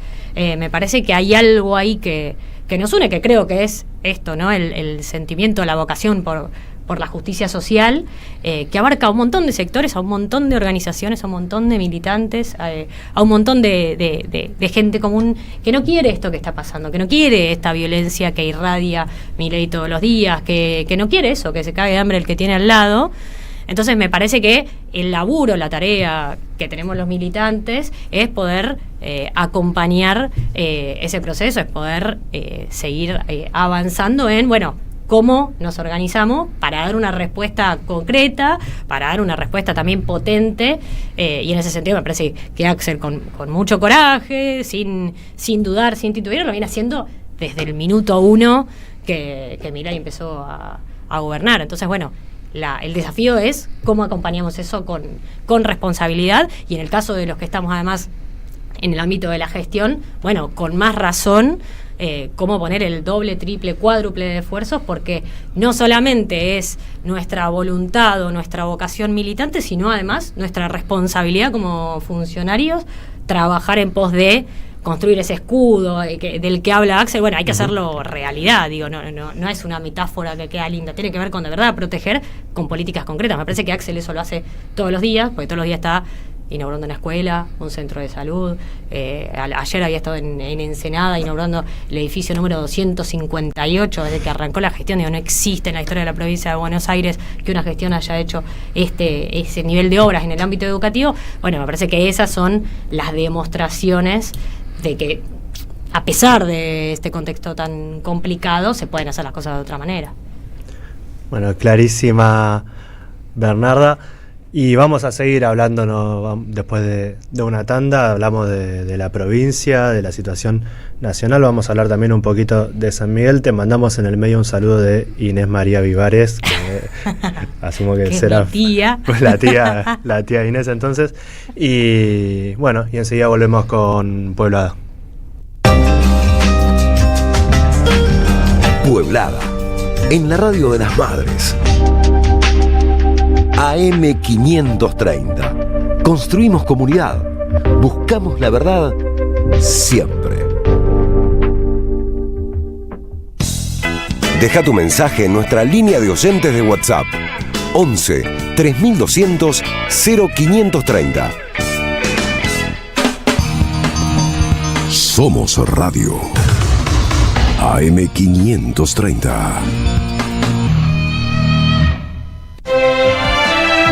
Estimados oyentes de la radio de las madres, les habla Juano Villafañe para invitarlos a ver La Celebración.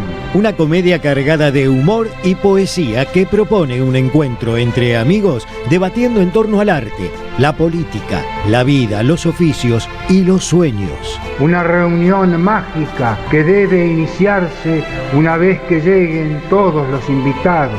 Todos los viernes a la hora 20, en el Centro Cultural de la Cooperación, Avenida Corrientes 1543. Entradas por boletería y por alternativa teatral.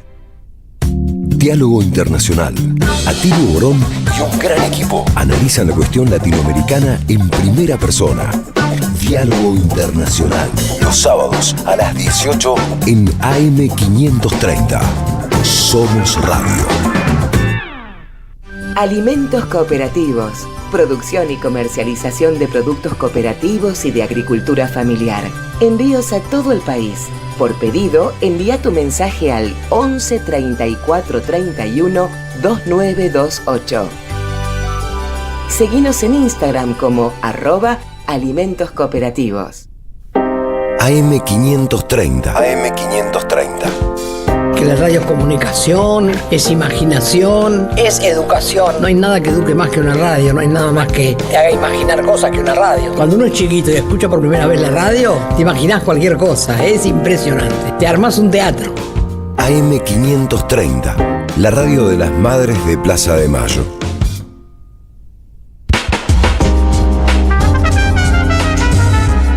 Los sábados a la mañana en la radio de las madres, Chino Rinesi y Priscila Menlik hacen Pueblada.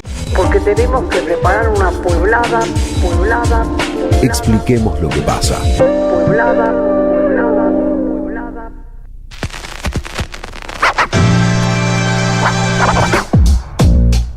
Las 8 horas 33 minutos seguimos charlando con Bernarda Meglia y estábamos charlando sobre el contexto nacional, provincial y vamos a tocar la fibra sanmiguelina.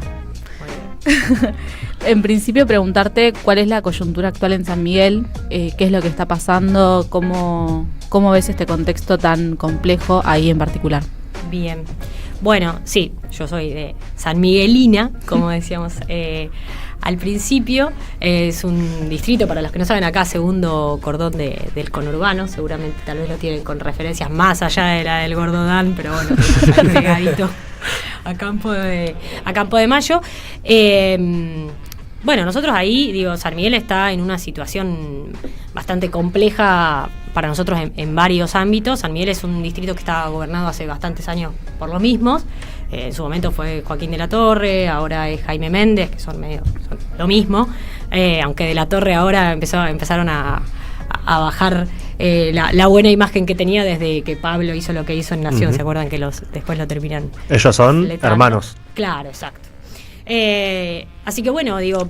Recordamos a la audiencia, estamos hablando de las 6.000 toneladas de alimentos que estaban en los depósitos de Nación. La justicia le viene reiteradamente pidiendo, y bueno, y todo el pueblo demandando que esa mercadería se entregue a los comedores y merenderos de todo el país, y el Estado Nacional se negaba a hacerlo. Y entiendo, bueno, en el medio además se han perdido muchos de esos kilos por vencimientos, porque con el tiempo que pasó, en un país en el que no sobra nada, y como venimos diciendo, vienen creciendo las situaciones de pobreza e indigencia. Exacto, o sea, en ese contexto Pablo estaba a cargo de eso, Pablo de la Torre, el hermano de Joaquín, el socio de Jaime, digo, son todos como lo mismo. Lógicamente ahora ya que lo está secretario de Salud en San Isidro, lo mandaron un poco lejos como para que se creen que los sanmiguelinos somos tontos y no nos damos cuenta, pero bueno. Ojo con el pueblo sanisidrense. Cuidado, igual, no, solamente cuídense, porque están teniendo a alguien a cargo de la salud, que justamente la salud en San Miguel es una problemática, digamos, que ahora ya afecta a todos los sectores. En San Miguel vos te pasa algo, cualquier problema de salud que tengas y salís del distrito. Es algo ya incluso ni siquiera casi cuestionado, sino que ya está naturalizado, que si nos pasa cualquier cosa que nos pasa, nos vamos, cruzamos la frontera, digamos, y nos vamos a otro distrito. Ya sea que te cortaste un dedo o estás teniendo un problema de salud grave, digo, ante lo más mínimo, ¿por qué? Porque lo que sucede en San Miguel es que no funciona el sistema primario de atención. Nosotros tenemos en San Miguel muchas salitas de atención primaria, o sea, la infraestructura, si querés, está, pero dentro de esas salitas no hay nada. Hay profesionales que hacen lo que pueden con lo que tienen, porque hay profesionales buenos en San Miguel, pero el tema es ese, no hay recursos, o sea, realmente, no hay gasas, no hay agujas, no hay, digo, es algo preocupante que, además, lo que nosotros vemos como problema es que viene hace muchos años repitiéndose en San Miguel, y con gente que viene gobernando hace más de 10 años no podemos entender cómo, si gobiernan hace más de 10 años, no pueden resolver una gasa y un hilo en una salita de atención primaria. Entonces, ¿qué pasa? Te pasa algo, vas a la salita, no te pueden atender, termina explotando siempre el hospital. Nosotros tenemos un hospital municipal, que es el Arcade, explota porque todo el mundo, por lo que sea, va ahí. Cuando vas ahí, como no hay ninguna atención en ningún otro espacio, está explotado y tampoco tiene recursos, entonces ahí te terminas yendo a otro lugar. Esto es un problema para nosotros enorme, porque además, si vos no usás el sistema público de salud, que es lo que usa la mayoría del pueblo sanmiguelino, pero si no necesitas de ese sistema público, acudís al sistema privado. Bueno, en San Miguel tampoco hay sistema privado de salud. O sea, lo había y fue desapareciendo, quedó solamente una clínica a la que accedes solamente si tenés OSDI 800.000, y después si no. Entonces, realmente no tenés a dónde atender esas situaciones. En general, las personas ven cómo hacen y se van, se toman un bondi, pero hay gente que a veces no tiene un mango. Y otra cosa que nos parece gravísima, además de esa falta de recursos y de funcionamiento, es que si vos querés pedir un turno en San Miguel, vos necesitas atenderte o atender a tu hijo. Bueno, ¿qué haría uno normalmente? Llama por teléfono o usa una aplicación, como sucede en todos los distritos que nosotros tenemos alrededor, Moreno, Malvira, José Padio. Bueno, en San Miguel no. En San Miguel vos tenés que ir en vivo y en directo a la salita, a las 4 de la mañana, a las 5 de la mañana, a hacer una fila, a esperar a que abra la salita, tipo 8 de la mañana, y ver cuántos turnos asignan ese día. Que es la tómbola, digamos, es random. O sea, puede ser que un día se dan 15 turnos, puede ser que un día abren y dicen, che, hoy no damos turnos, puede ser lo que sea. Vos tenés que ir, comerte esas horas estando en la fila, muriéndote de frío, digo, en algunos casos van para pedir un turno para el hijo y se terminan enfermando haciendo esa fila a la madrugada. Es una locura, de verdad que es una locura. Y cuando nosotros le hablamos, porque los que venimos laburando mucho en un proyecto en San Miguel para poder cambiar la realidad de nuestro distrito, lo que hacemos lógicamente es sentarnos a hablar con los compañeros que están en los distritos de alrededor, a decir, che, a ver, ¿ustedes cómo hacen? Porque lo primero que pensamos ¿es posible hacerlo distinto? Cuando les contás esto, nadie lo puede creer. Porque es imposible, es inviable. Bueno, funciona así hace años en San Miguel, lamentablemente, y no hay ninguna, vemos nosotros, voluntad política del intendente de cambiar esa lógica. Bueno, estamos hablando obviamente de San Miguel, de su territorio y del laburo que también vienen haciendo ustedes ante estas situaciones, y sabemos que, bueno, sos referente a un espacio que se llama Más San Miguel, y quería preguntarte ver esto, cómo se origina y qué sentido tiene, porque también hemos visto que desde Más San Miguel se han hecho operativos de salud, bueno, feria, torneo de fútbol para los pibes, digo, pero bueno, en este sentido veo ya una respuesta inmediata a esta necesidad que vos estás marcando del pueblo sanmiguelino. Bueno, si querés contarnos del espacio.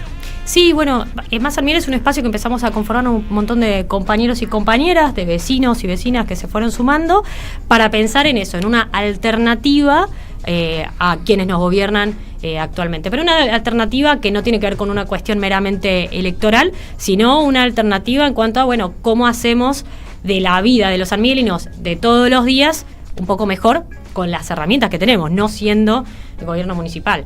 Para eso sí es fundamental la conexión que tenemos, lógicamente, con el gobierno provincial, que además pone a disposición todos los recursos para San Miguel, como lo hace para los 135 municipios, solamente que en San Miguel hay una traba que se llama Jaime Méndez, que no deja que esos recursos lleguen. Entonces nosotros tratamos de buscar la vía para que eso sí llegue a la gente, y en ese sentido venimos laburando, como decías vos, en distintos ámbitos, específicamente en el ámbito de la salud. Venimos haciendo operativos de salud en los barrios todos los días. Lo que hacemos es, esto siempre coordinadamente con el Ministerio de Salud de Provincia, operativos de vacunación, de control de signos vitales. Les sumamos en articulación con el Ministerio de Mujeres también talleres de ESI, talleres de gestión menstrual para poder entregar la copita a las vecinas. Digo, se viene haciendo un laburo que lo que hacemos es hacerlo itinerante. Entonces, toda esta semana que pasó estuvimos en distintos puntos de Barrio Mitre. Esta semana que viene vamos a estar en distintos puntos de Barrio Obligado. Y así ir recorriendo, y eso lo venimos haciendo ya desde el año pasado, vamos recorriendo todos los barrios. Digo, el tema de la vacunación antigripal explota. O sea, se llena de vecinos y vecinas porque en San Miguel no tenés a dónde vacunarte, ni siquiera la vacuna antigripal. Entonces se viene haciendo un laburo ahí. También venimos laburando mucho en el ámbito de la cultura. En San Miguel hay un recorte fuerte en cultura y hay, digamos, se privilegia específicamente a un sector, si querés, o a cierta parte de la cultura, ¿no? Como mucho más tradicionalista, que está buenísimo. El problema es que eso no se hace como parte de favorecer el desarrollo cultural de un montón de otras vertientes, si querés, o de un montón de otras posiciones, sino solo de esa y nada más. Entonces lo que nosotros hicimos ahí fue abrir espacios donde se puedan expresar, donde vienen grupos de teatro, de comedia musical, donde hay talleres de tejido, de bordado, de guitarra, de lo que sea y que tenga que ver con la expresión cultural, de fotografía.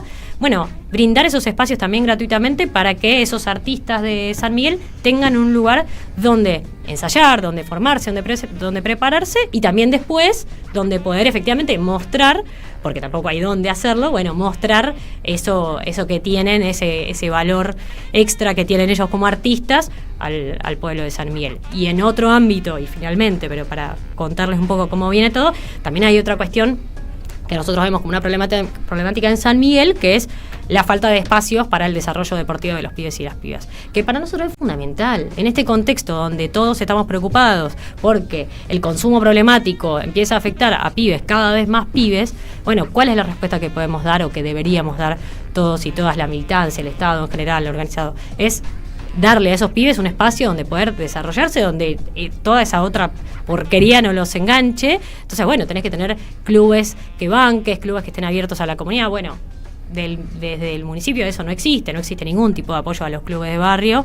De hecho, si vos buscás información en San Miguel, que por cierto es el peor distrito en términos de transparencia, de verdad, de todos, bueno, vos querés buscar, bueno, a ver qué polideportivos tiene San Miguel, qué clubes hay. Bueno, la página está actualizada por última vez en 2018. O sea que está bastante difícil. Entrás y hay polideportivos que no existen. Entonces, bueno, en ese sentido venimos laburando mucho con los clubes de barrio para acompañarlos, para bancarlos, haciendo jornadas solidarias, con los mismos vecinos del barrio, porque también ese es el plus que buscamos, o digo, buscar que los mismos vecinos, que la misma comunidad se involucre en ese proceso de transformación de su barrio. Entonces vamos al club, hace poco estuvimos en uno de los clubes emblemáticos ahí de Barrio El Faro, que se llama Club Planeta. Bueno, ahí nos sumamos compañeros que venimos militando en el espacio hace tiempo, pero también vecinos que estaban por ahí, dijeron, che, bueno, este es el club al que vienen mis pibes, entonces se sumaron a pintar los postes, los arcos, cortar el pasto. Digo, bueno, son acciones que tienen que ver con eso, con involucrar a toda la comunidad en transformar el distrito. Clarísima, Bernarda. Y bueno, también muchos mensajes en el chat que nos... Se levantaron temprano, che. Que nos dice... No, bueno, ahí Dora nos cuenta que tenés que ir a Malvinas, Argentina, si querés atenderte. Graciela nos dice... buen día, compañeros. En San Miguel es grave el tema de la salud. Lo único que avanza son los negocios inmobiliarios. Y te saco un cachito de San Miguel para preguntarte también, cortito, ver, porque tenemos que cerrar, pero hoy también hay un plenario, ¿no?, de la primera sección electoral del Movimiento Derecho al Futuro. Para quienes no sepan, primera sección electoral es la parte del conurbano bonaerense del área metropolitana de Buenos Aires, integrada por la zona norte y parte de la zona oeste. Exactamente. Sí, hoy por suerte tenemos este ámbito de poder juntarnos con los compañeros y compañeras que somos parte de este gran movimiento que encabeza, que conduce Axel, y que tiene que ver con esto que hablábamos antes, ¿no? Un poco de abrir las puertas a todos los compañeros y compañeras que tienen una historia larga de militancia, a poder pensar en cómo damos una respuesta alternativa a las políticas de hambre, de crueldad, de abandono que lleva adelante Javier Milei. Bueno, ¿cómo damos una respuesta a eso organizadamente? Como creemos que efectivamente Axel representa esa esperanza y esa posibilidad de hacer las cosas diferentes, bueno, hay que tener lógicamente los ámbitos para discutir eso, no para discutir eso en particular, ese liderazgo justamente, sino discutir cómo lo vamos a llevar adelante, ¿no? Cómo lo vamos a hacer carne y lo vamos a hacer efectivo en cada uno de los distritos, con las complejidades y particularidades que tiene cada distrito, porque por más que seas parte de una misma sección electoral, cada distrito es un mundo. Bueno, hay que poner eso en común y también poder buscar esas coincidencias, esas similitudes para encarar para adelante ese proceso y garantizar que efectivamente Axel sea la próxima, la posibilidad de poder gobernar un país de una manera diferente. Perdón, trato de ser corta yo, pero hablo muchísimo. No, está perfecto. Increíble. Te pregunto, si te animás a una más, te hacemos la pregunta que tenemos de manual, la que no podemos hacer en este programa. Este programa se llama Pueblada por algo que nos pidió Eve en el último jueves que estuvo en la plaza, donde nos pedía que hagamos una pueblada contra el Poder Judicial. Y para cerrar todas las entrevistas le preguntamos a los compañeros y compañeras cómo hacemos una pueblada. Otra fácil. Esta está fácil.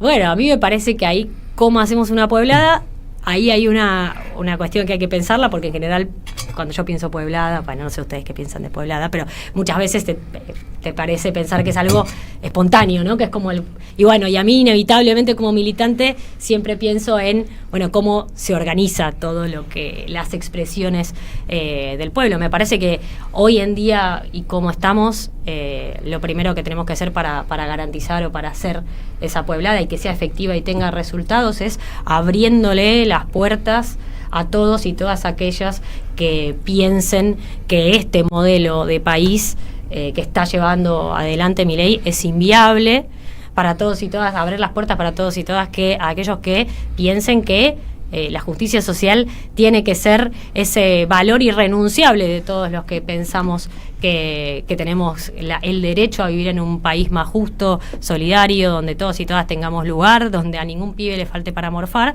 Bueno, me parece que hay que pensar esa pueblada desde ahí, que también es parte de las banderas que nos dejó Eve y de las que no podemos renunciar nunca jamás, pero sí es no siendo miserables, no midiendo a ver hasta dónde hizo uno, hasta dónde hizo otro, basta, abramos las puertas, es todos juntos.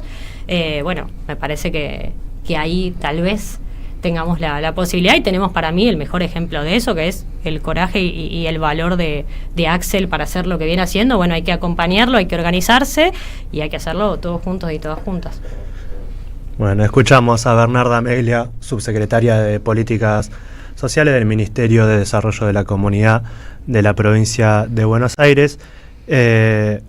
Otro, bueno, recontra cortito, pero bueno, Fernando también nos dice que no hay turnos web porque desde la MUNI no se quiere acceder hay una decisión de que no se acceda a la salud y no se acuerda con el Ministerio de Salud de la provincia por el sistema de turnos web, y un montón de otros mensajes que no llegamos a leer hoy. Sí, recordarles, volver a reiterar que quienes no tengan planes para este sábado 10 de mayo a la noche, desde las 18:30 en el ECUNI, en el espacio cultural Nuestros Hijos, Tango en Compañía va a estar presentando Siempre Mercedes, espectáculo en homenaje a la Negra Sosa, y desde las 19:30, como todos los meses, la Peña de los Abrazos en el ECUNI, el espacio cultural Nuestros Hijos, el Centro Cultural de las Madres de Plaza de Mayo en la Exesma. Y nos vamos con los agradecimientos. Hermoso. Primero, agradecerle a Berna por haber venido hasta acá, por habernos prestado su mañana. Y bueno, ojalá que quieras volver otro día más, cuando vos quieras, a disposición. Y obvio que no nos podemos ir de Puebla sin agradecer a quienes hacen que esto sea posible, que son Kevin Lobrun y Joaquín Benítez en la producción de este programa, Gustavo Hoffman en la operación técnica y Alan Martínez en la operación de cámaras. Y lo último que nos queda es que nos vamos de Pueblada con Triunvirato Ambiental de 8:50 a 9 de la mañana. Pero hacen falta voces. Hacen falta